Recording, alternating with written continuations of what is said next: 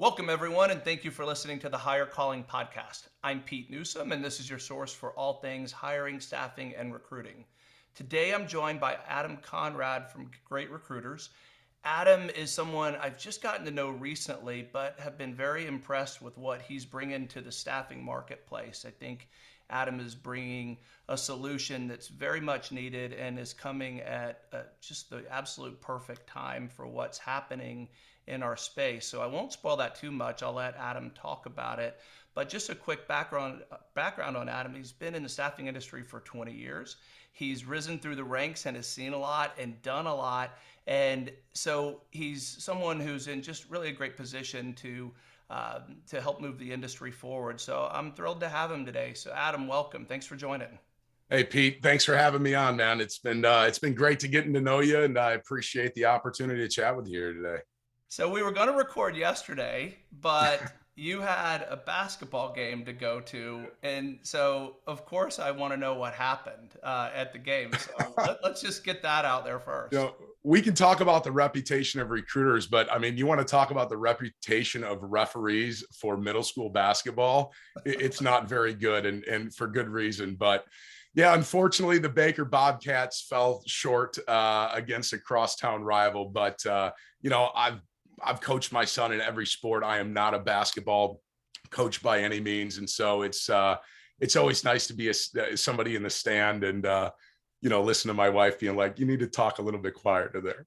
That's right. Well, I'll tell you, when I've coached my kids from the time they were at the YMCA playing soccer at Yeah. 3 years old, and when my oldest son, who I'd coached in tackle football, got to high school, I had to put myself outside. I told my wife, I'm not used to being in the stands, so I went down to the end zone. I said I can't be near anyone else. Last thing I want to do is start off badly. So it took a little while to make sure I could contain myself, as just a fan. I've coached my son. He's 13 now. I've been coaching baseball since he was 4, and it's the first year that I'm no longer his coach. I let him spread his wings, and he joined, and he made his own decision. And the first practice, I tell you what, the first practice I dropped him off to, I'm not going to lie, I definitely had a tear in my eye. It was a sad moment because it's driving to practices, being with the kids, and but it was just a big dad moment of like my kids growing up, and Right. I'm looking forward to watching them play. But at some point they need a new voice. He's been hearing mine for a long time. Absolutely. Well, I feel your pain. I have one more basketball season with my eighth grader, coaching Okay. a middle school basketball team, and then I'm done. I'm retiring, and that's going to be emotional to say the least. I'm already. I don't want to talk too much about it because I No, might get man, we emotional. just started. We don't need to be weeping on this call. That's for sure. That's right. You and I can cry later off camera together. Off camera. That's good. But in the meantime, let's focus on what we're really here to talk about, which is what you're doing in the industry. But talk a little bit about your background before we get into Great Recruiters. Yeah, I mean, I started my recruiting career, I think, when I was maybe 22 years old. I think like many people that find this industry, I fell into it. I mean, no one, I think, grows up unless you're the son or daughter of a staffing owner that's like, I want to be a recruiter. Recruiting to me was like what, I think of an army recruiter. And it's funny, I did a technical reference for a friend of mine, and the person who was doing the reference was a recruiter, and she spun the call around and was like, "Hey, I think you'd be great." I knew nothing about the industry, but I started, and I had a 3-year stint there, and I think from my experience, I saw probably the worst part of the industry. It was a highly transaction. I was low value. I didn't realize the power of those relationships, and so I kind of left disenchanted with the industry. And somebody I'd worked with through another company said, "Hey, I heard you're available. Do you want to recruit for us?" And I was like, "I don't know. It's not right for me." And I found an organization that I stayed with for nearly 17 years that really valued the relationship. And I think that's where I really just got my passion for helping people and finding ways that I could drive value. So I grew up through that company, from recruiting to recruiting management, was running operations. I did all their technology integrations. I've always been a real early adopter of tech. And, through that, long story short, saw a real need to help other staffing firms out there, and really left to start Great Recruiters, to help the industry, quite honestly, improve. I commend you for that. The industry is evolving rapidly, and Mhm. there are some pretty big gaps out there that need to be filled. Um, it's funny. No one knows how they ended up in. No one intended to be in staffing. No, That's a given. No one dressed up as a recruiter for Halloween, is what I like no. to say. And usually, I, this is not an indictment on you at all, so forgive me for saying this, but usually it involves bad GPAs and degrees that there's not exactly a line out the door of Right. people trying to hire you, but it does take a special person to stay in it. That I have certainly learned over the years, because when people are your product, there's limitless things that can happen, and you really have to be in it for the right reasons and to believe in what you're doing. And so your story about your first job resonates, and probably with anyone listening, because there's some good players and some bad players in our space, no doubt about that. Well, yeah, I mean, you look at it. I mean, recruiter burnout is around 2, 3 years. They typically are out, and I think a lot of those are because they're in that high transaction, high churn type environments. And to me, we're dealing with people's lives. Like, when I realized the value of the relationship and opportunity exists everywhere, and build relationships for lives. These are some of the core values that we had. For me, recruiting gets easier. It shouldn't get tougher, and it shouldn't stay the same. As you're building your relationships, tapping into those networks of people that trust you, that's where the most successful recruiters live. I mean, they're living on referrals, they're living on their networking. I've had candidates that I'd never placed, Pete, that turned into clients because of the way that they were treated through the process. And I got more thank you notes. And I mean, that kind of leads into what we're doing a little bit with Great Recruiters is, but it's really about creating experiences that are positive. We can't control the job outcome, but we can certainly control our behavior and the way that we interact with people and the way we treat them. That is 100% on each individual. That is perfectly stated. I really like the way you phrase that, Adam, because it's something that I try to talk to our young recruiters about. Mhm. It's not about that specific interaction, the outcome of that specific interaction. It's about the way you handle yourself. It's about the time you invest in that individual for the long term. And anyone who's successful over a period of time, whether it's staffing or any other industry that I'm aware of, uh, builds a reputation and relationships over time. You can't just show up and be successful, certainly not in our space. Mhm. And it's a hard thing right now, specifically for this young generation. And I start to sound old when we talk about this stuff, but it is where instant gratification uh, is a fool's errand to some degree. So you do have to think long term in how you interact. And I would much rather one of our young recruiters walk away with a positive experience where we didn't win the business, but someone who's going to think of them fondly and speak well of them over time, because you and I both know that's what pays for itself many times over. It's a long-term game. And I think when you look at this as a short-term game, it becomes really tough, and that's where burnout. This is a long-term game. And I love the fact that I really do think 2022 is the year of the recruiter. I think early in my career, sales always led the organization. Recruiters are kind of pushed to the side. We'll just get another recruiter. And I think that finally people have realized that there is no recruiting industry without the recruiter. And you hit on something with the young recruiters, Pete, I kind of distilled it down to this. If you're a recruiter and you're putting your agenda first, you're not going to have a tremendous amount of success. And you're definitely not going to build relationships, because it's about my job that I need to fill, and my opportunities. And it's me, me, me. When you flip the script though, and you make it about their agenda, that's where you start really getting a lot of positive traction, and you're building those relationships.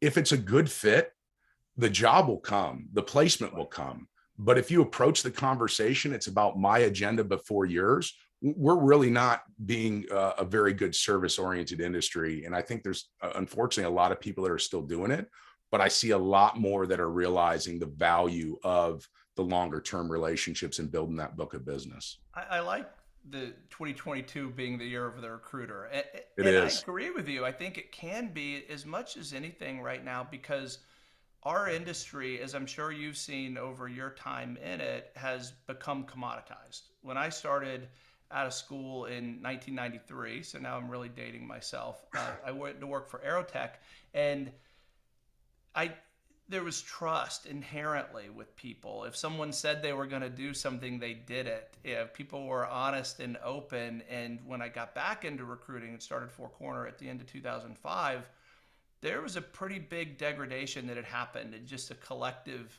character. And that sounds negative, but I saw that happen. And also the way staffing companies were treated as a commodity, because that didn't exist back in 1993.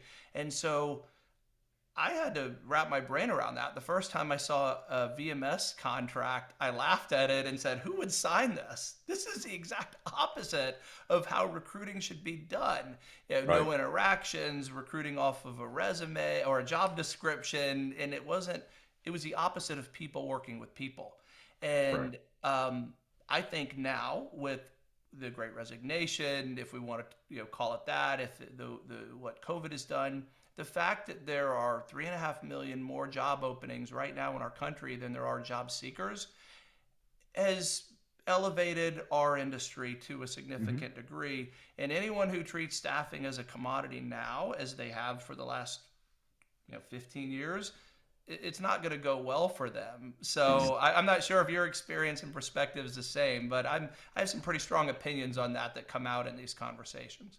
Yeah, I mean, I look at this as I look like early in my career, staffing recruiting was the Wild West, right? Everyone had their own rules. Nobody was sharing anything. I mean, I think we were kind of prepping for this, you're talking about how you're promoting other firms. I saw no collaboration. People thought they owned their candidates, their database was their value, and then all of a sudden, the candidates are available to anybody. And so when you're a commoditized industry, as in some fashion we are, experience comes down to the only thing that I think really matters. But I see our industry is evolving. We're maturing. We're bringing in technology. We've had there was a lack of transparency, and so the VMS has started to create transparency for cost control. I definitely think that where it is now and where it was has changed dramatically, and it's gotten better. People have found how to be successful, and I think it's not an us and them anymore that I see a lot. It's a partnership, right, for the end goal, for the candidate, for the client. So I see that definitely evolving, but there's a lot that's changed in 21 years, from file folders with red, green, yellow, blue dots. Now I started, there was still email, but I hear, still stories about the Rolodex. But I mean, we've evolved, and I think we're just an industry that is maturing. We're becoming a little bit more tech savvy. We're becoming a little bit more standardized. And I think that that's a good thing for everybody.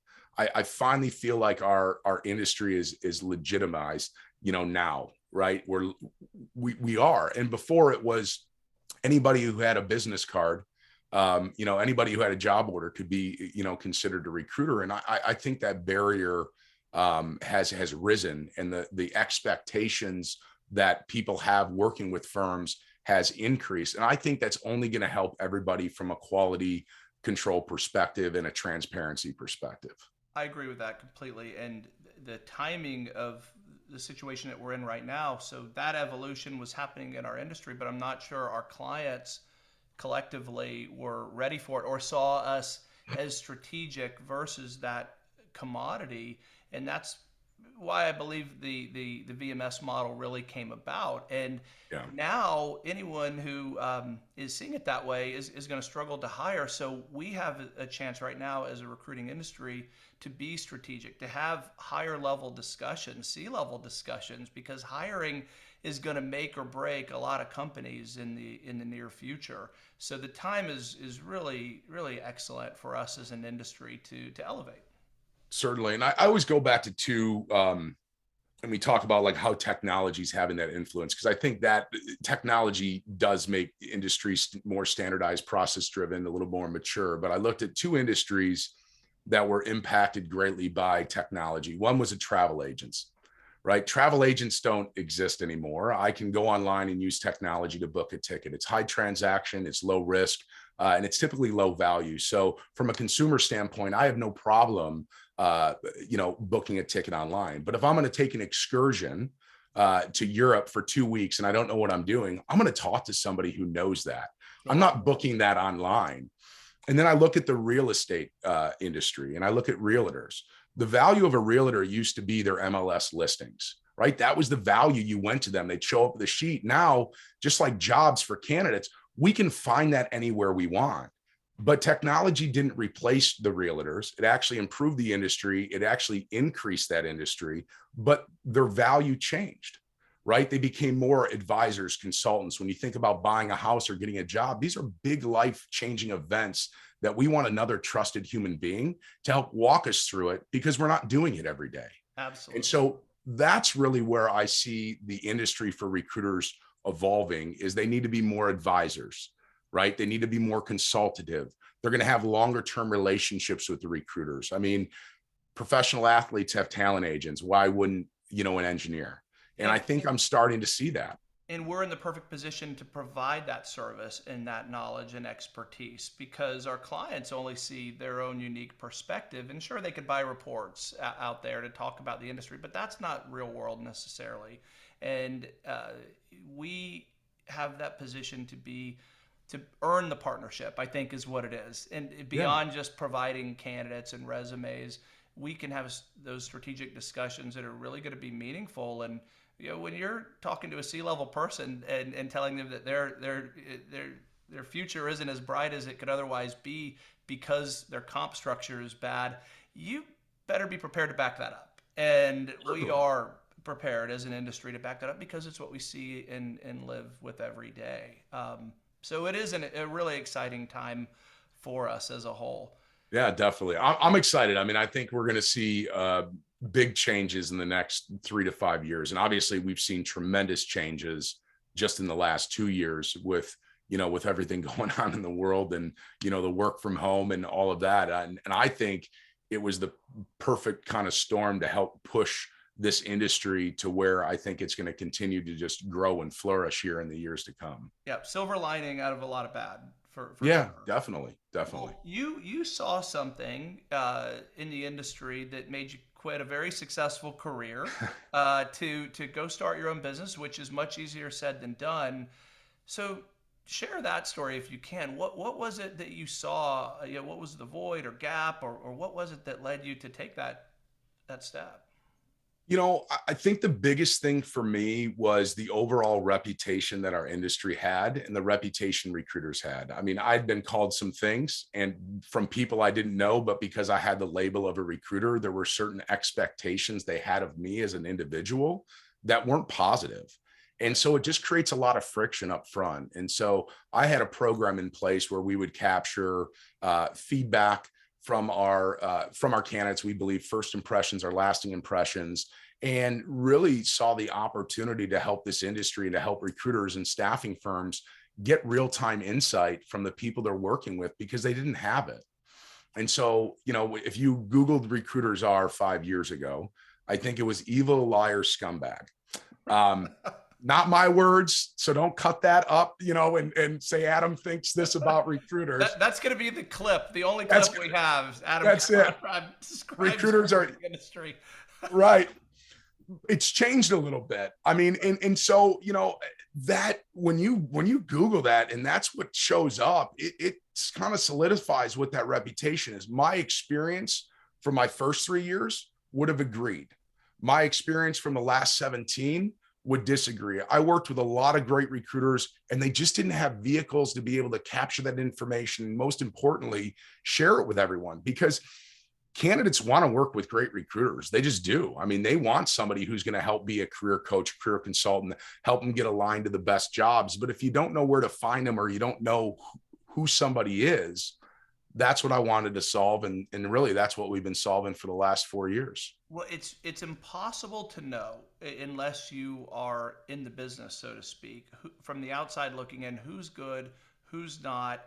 And that one bad experience can set you off down a path where you're unwilling to work with the recruiter ever again, whether it's on the client side Certainly. or the candidate side, which is extremely limiting to say the least. If Yeah. you take that approach, and it's really tough to separate. And I can look, as I'm sure you can, in the markets you've been in, you can go down the line and just separate almost into two buckets. And there's degrees of this, of course, but Right.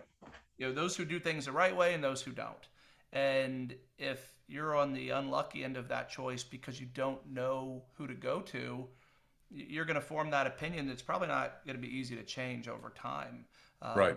And that's a really big void. So you saw that as a need. It's clearly anyone in the staffing industry who would agree with you on that.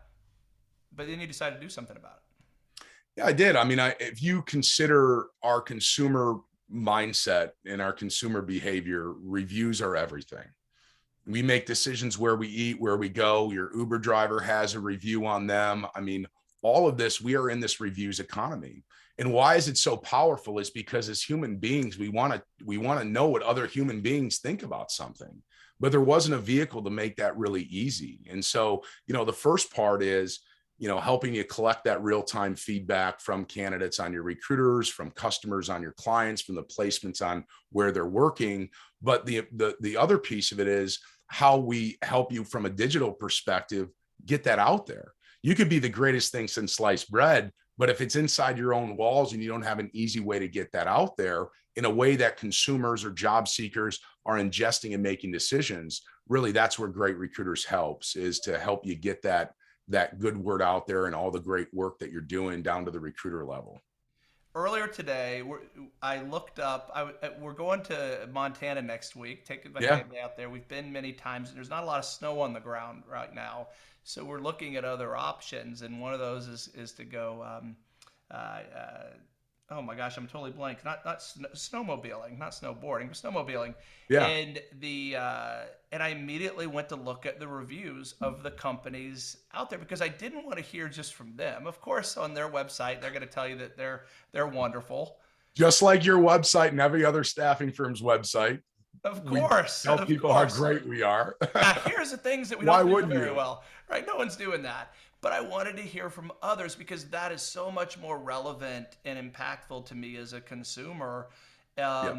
And in our recruiting space, you're 100% correct. That's hard to come by because everyone on LinkedIn is going to portray themselves as really good at what they do, but we know Sure. that's not the case. So you saw that, you decided to fill that gap. So talk about what Great Recruiters, if you could, from what it does for the individual recruiters themselves, if you wouldn't mind.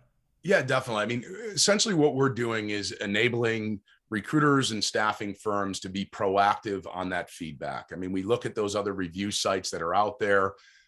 They don't represent our industry. It's what it's like to work inside an organization, not work with a staffing firm. And so your experience starts with the behaviors that your individuals are driving, and that's your recruiters. They're your biggest marketing channel. They're talking to more people about your organization than any other marketing, right? I mean, they're just talking to candidates every day. Yep. And you only place a small percentage of those candidates, but you leave an impression with 100% of them. And my belief is that although you can't control the outcome of the job or the placement, you can certainly control the behavior that you have and the experience you create. And so with Great Recruiters, we enable those recruiters and staffing firms to collect real-time feedback from the people that they're working with, help you be able to take action on that. Like you said, if you have a bad experience, sometimes it happens. We're not perfect. Nothing in this world is perfect. But if you don't know you created a poor experience for somebody, you have no opportunity to resolve it. And so we help you to resolve it, and then we help you to be able to measure it, measure your team, gamify it. Everyone has their submittals, interviews, placements. Everybody has their metrics. We're like any staffing firm has those in place today. What we're measuring is, what's the leaderboard look like from an experience standpoint? Because that's your brand. As a business owner, you want to make sure that people representing your company are driving your great brand. And we also want to help those recruiters be able to promote those reviews. So through Great Recruiters, we help you capture, act on, measure, and promote real-time feedback from your candidates, your clients, on your sales team, on your recruiters. There's a bunch more that we're doing as well around processes and getting feedback from your place talent on your end clients and getting feedback from the end clients and the place talent. But all of it is about creating real-time feedback and transparency of the experience that's being created. It everyone talks about surveys and the value Yeah. that you gain from that. And when we've participated in those over the years, either internally or externally, it's very time consuming to set up. It can be cumbersome to deal with the feedback and to know how to disseminate it. And it's just not an easy process, although the impact of getting that direct feedback is extremely powerful. Mm-hmm. So on those times we've done it, the takeaway is great. There's no question about it. Yeah. But a lot of time can go by before you do it again because it is time consuming and it's not easy. And what it sounds like you've done is make that easy, among other things. But that's what we all know is necessary and important. You're giving the recruiting industry a path to not let grass grow in between the times Right. you do it, but and to get the real time feedback, which is much better than doing it every 6 months or a year or longer, right? I So is mean, that a good way to look at Great Recruiters and what it offers? yeah, I think it's real-time feedback. I mean, look, you don't want to wait to the end of the year to find out somebody had a bad experience in March. You want to know in March, the day after, 2 days after, that somebody had a bad experience so you can take action on it. So surveys are great to collect big information pieces and see trends and all of that. But as it relates to experience management, that is not the vehicle that I would want to take. Even every 6 months or every 90 days, you're leaving a lot of time out there for things to fester. The other thing is when you're getting real-time feedback, people want a voice. Why are there so many negative reviews about recruiters out there or about staffing firms? It's because there hasn't been a simple vehicle, a meaningful vehicle for them to take control of that. And that's exactly what we've created. So, we're going to reduce those negative online reviews because as a human being, we're 90% more apt to provide a negative review online than we are positive. And why is that? We want to get something off our chest. Something's bugging us and we need to get it off our chest. And if you don't ask me, then I'm going to find a way for me to vent. And that's Right. not what anybody wants, right? I want to make sure that information's coming internal so we can resolve those issues before they become problems. But also, if you're not asking, you're missing out on a ton of positive. You talked about the recruiter earlier getting gratification out of what they do. When I manage recruiters, I do the same thing as a lot of managers. You got a placement, you got to add a boy, add a girl. What's next? What's the next placement? What we hear from recruiters are they're more empowered. They feel better about their jobs. They feel better about their companies because they're getting real-time reviews from the people that they're trying to help. When I read reviews of like, hey, Pete, I know you didn't place me, but the experience you created for me was outstanding. You're the best recruiter I've ever worked with. When you get that feedback as a recruiter, you kind of lift up a little bit. Absolutely. You're going to pick up that phone again. And that's what some clients have called it, is like a recruiter empowerment platform, because we're helping to get that real-time feedback that they're just not getting from their internal management because it's impossible. You can't be on every call. And you don't know, you said it perfectly. You don't know unless you ask. And you need a mechanism by which to do that. And I don't think it's feasible to do that over the phone because people aren't going to be as open as they can in writing. And the online reviews that you mentioned, I think, are just awful. As a business owner, there's no win, because if you get like you said, the vast majority of the folks you interact with who are happy aren't going to go out of their way to do that. And you feel a little silly asking them to do that as well, because it seems self-serving. And then if Right. you get the negative ones, there's no upside to arguing with someone online because it's just not gonna come across well. We know Exactly. that too. So it's a very vulnerable place to be because I want the feedback, but that's not how I want it, because I can't Right. really do anything about it. Not to mention it's anonymous, which I can't hit a target that I can't see. That's for sure. But when you ask someone individually to give their feedback in writing to make it quick and easy for them, it's really, really powerful. I get excited thinking here about what you're saying because Yeah. I know how useful it is because no one wants to do a bad job. No one intends to create a poor customer experience. I'll just tell you a quick story that I had one of the surveys that we did through Clearly Rated, which Four Corner Resources participates in every year. Mm-hmm. 2 years ago, a client who I've done business with across two companies for almost a decade now, gave us the lowest review we've ever had, number wise. And she was upset about something. I had no idea. It wasn't a huge deal, but it was something that bothered her, and that was her outlet to communicate it to us. I would have preferred it to be not done in that manner, which affected our score. But I called her right away. We had the conversation, and we were able to take what was otherwise going to be a bad situation had we not asked, into a good one, and we're better for it. And so, if you only do that once a year, admittedly, that's what us and a lot of other companies typically will do. Why let that year linger? And you may not ever get that feedback, and that's awful. That no one wants that. Yeah. And I'm not going to take anything away. Asking for feedback is number one. So if you're not doing it all and you ask it the year, at least that's better than not asking at all. And I think that, if you're going to ask for feedback, if you just want a positive story, then ask everybody you successfully placed on their first day how happy they are and ask them to give you a rating, right? I mean, there you go. We all feel good. Look at how awesome we are as a company. We're doing awesome, except you're only looking at about maybe 2 to 5% of the real picture. You haven't given them a chance to be on there. So, if you're going to really, truly open yourself up for, improving the quality of your services, really opening yourself up to wanting to truly do what everybody says on their website, then you can't be selective. You can't cherry pick who you're going to ask. You can't edit your list and say, I'm not going to ask that person because I know they had a bad experience. Like, you've got to be out there and say, we're going to ask everybody that we submitted. We're going to ask everybody that we pre-screened, or we're going to ask everybody that interviewed a client, whatever that is. You can't cherry pick because you're missing out on insightful information that you might not know really exists. Like you said, in that case, how long did that issue fester? Who did she, for me, who did she tell?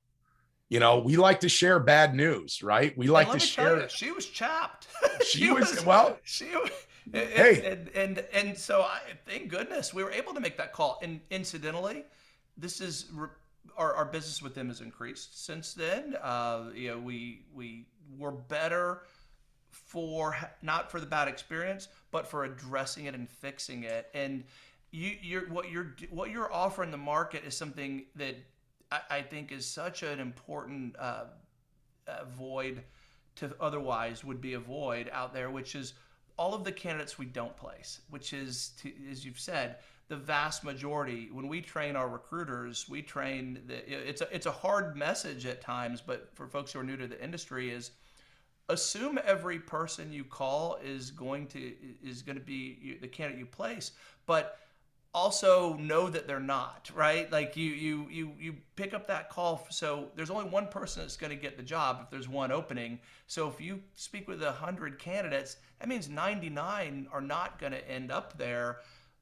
But what is going to be the lasting impression from that conversation? That's what matters, because you've taken the time to call them. You've taken the time to engage. And if you're doing it right, you've taken the time to find out what they want. And if we're really doing our job well as a recruiter, you're going to rule out most of the candidates you speak with, right? That's the goal, because you're trying to find the perfect one who's going to get hired. But the bigger picture goal, I think, is to figure out when to call that person next, where you can place them if it's not right for that job. And we don't spend a whole lot of time and thought on that generally.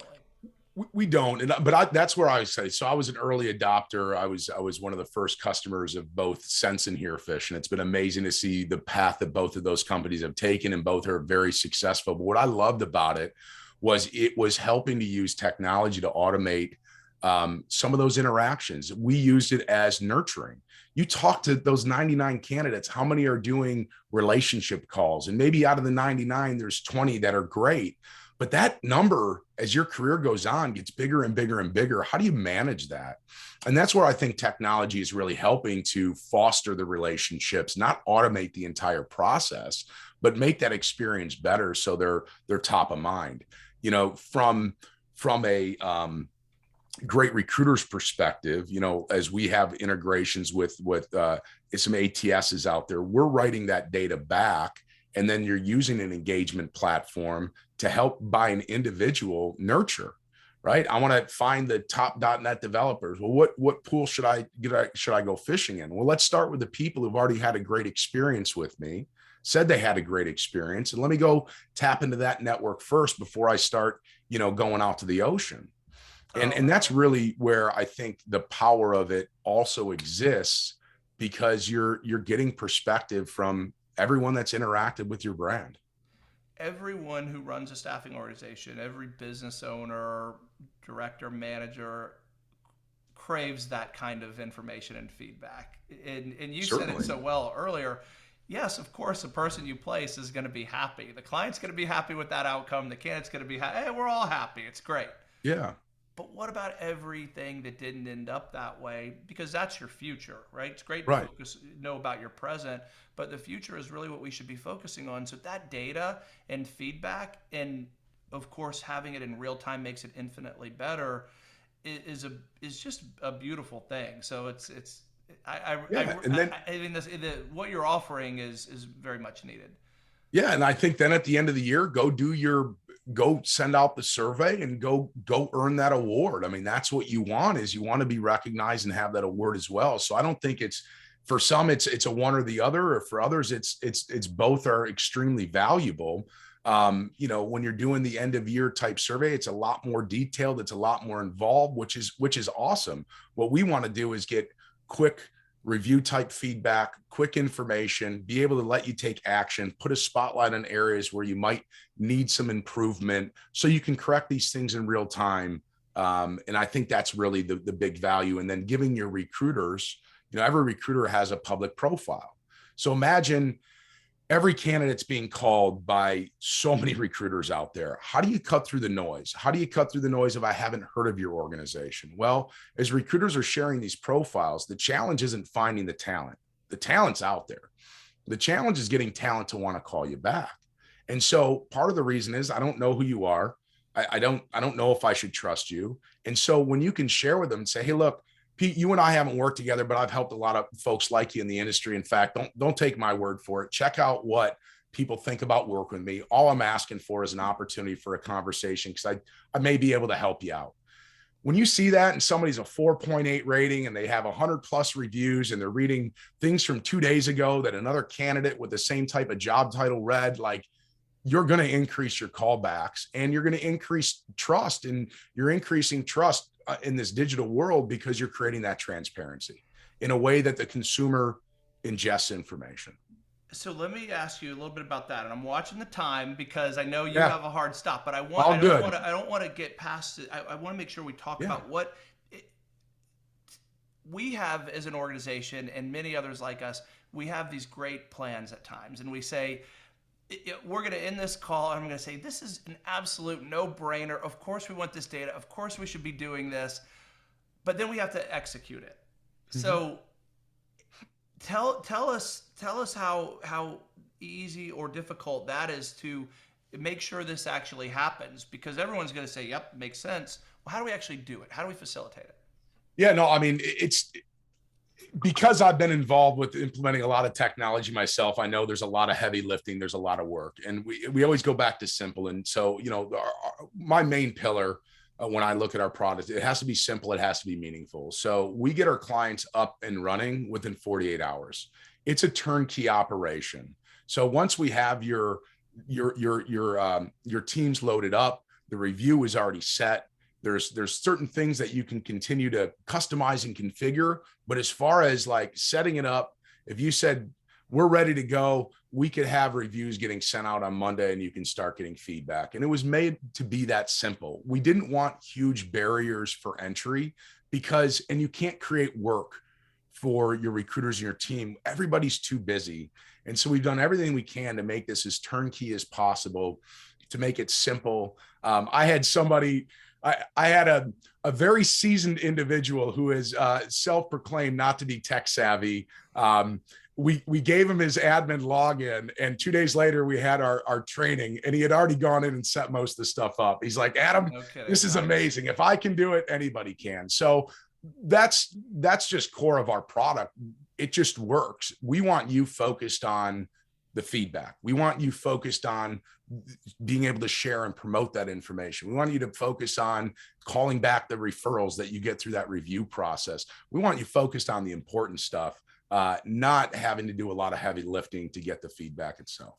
And I knew that from my own experience of hearing you talk and understanding the product, is that it's automated and easy to use, which for a staffing company who doesn't have a lot of overlay staff generally to manage those things, you're making it as simple as possible for us to use. Yeah, I mean, it's like a gym membership, just like anything. You can't buy a gym membership and expect results. You gotta go to the gym. You have to participate. You have to know. But we've made it really easy to walk in there with your membership and start working out. That's the deal. Perfect. So New Year's resolution: go to the gym. We need to do that. So last thing, because again, I can keep you on for an hour and you don't have it, so I may have to get you back to talk in more depth out. But Sure. Mention, if you can, just how the individual recruiters who need to build their own brand in this day and age. That is a big thing. Social media, LinkedIn in particular. How can individual recruiters benefit from this as well? Because I agree with you 100% that while Four Corner Resources, my company brand is one thing, it's the individuals who matter, and the individual recruiters. The name is almost meaningless, right? But I want my recruiters to stand alone, so people want to work with them and refer others to them. People work with people. People follow people. As I'm a recruiter, candidates are coming with me. I mean, that's where the experience is. That's where the relationship is. And so for me, for a recruiter, you're competing, number one, you're competing with an industry reputation. So how do you make sure that, you're standing out from the crowd, the cream's rising to the top, that you're collecting that information to show people? And this is great for new recruiters as well, because new recruiters that don't have a lot of experience don't have a lot to tap into. But if they can at least commit to creating good experiences and great experience for those that they're working with, and start creating that digital kind of brand, that's really helpful as you're leading in and talking to people. So I love what you said. I mean, people want to like your brand. I see the reviews. You have great reviews and everything, but like, who do I talk to? When you can reach out and say, I'm Pete. Here's what people think about working with me. You can see people love working with our company. We just want to create that transparency and that trust. So recruiters benefit from this, one, by getting the kudos that they're not getting internally. They're not getting it as often. And it's a tough business not to have people acknowledge the great work that they're doing. Two, it's helping them to get better. I hear from recruiters all the time, like, I didn't know I was doing this, but I started seeing a theme. So I'm being able to take course correction. It didn't take a manager. It didn't take training. It took an individual just to have that insight that they can make that course correction on the fly. It's helping them to build that digital reputation. And then ultimately, people refer people to those that they trust. And so our review process, if it's positive, we say, who else can we help? And so we get about 13 to 15% of the reviews that come back have an additional referral. And we know referrals are key lifeblood for a recruiter's success. So those are all the ways that we're helping the individual recruiters. And all of that obviously rolls up easily for the organization to have very good insight to how their team's performing and how they're driving the brand out there. Well, what you're bringing to the industry is much needed, and it's making us all better, and it will make experiences better. So I'm really excited to see where you go, because I know it's going to be great, and I'm a big fan. If someone wants to hear more, because we're going to cut off pretty quickly here, what can they do? Is there a demo available?